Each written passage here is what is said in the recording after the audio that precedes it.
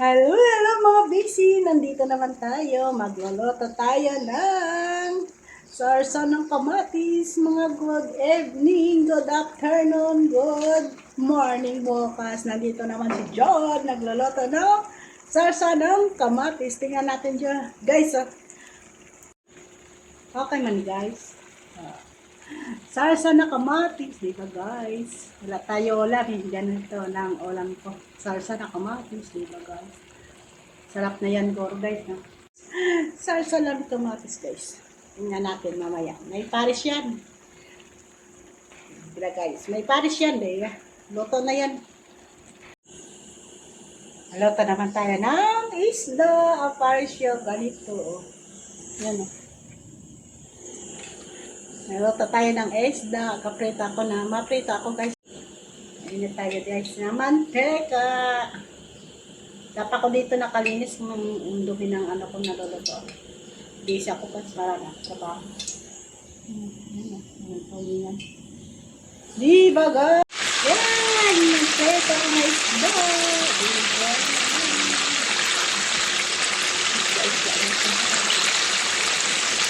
Yan na guys, kain tayo guys. Yan, ulam namin. Yan, sarsa na kamatis. Yan, yung kanin ko. Kahapon pa yan. Ba't ba yun? Nagpasok ang ano? Nag-alarm!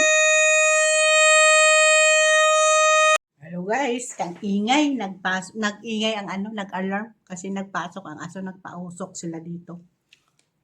Nagpasok ang aso. Nag-alarm ang ano, ang ingay. Kain tayo guys. Yala na. Kamatis lang ni guys ang sudan ko, di ba? Kamatis ng sarsa, saka isda na ano, pinirito, saka ganito, yan. Yan.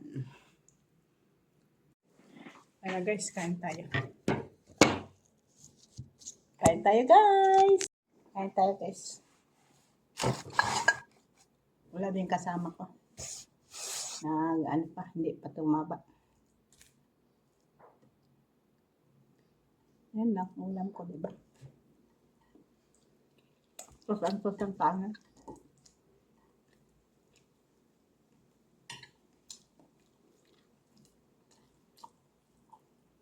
Sarsa na ano, kamatis.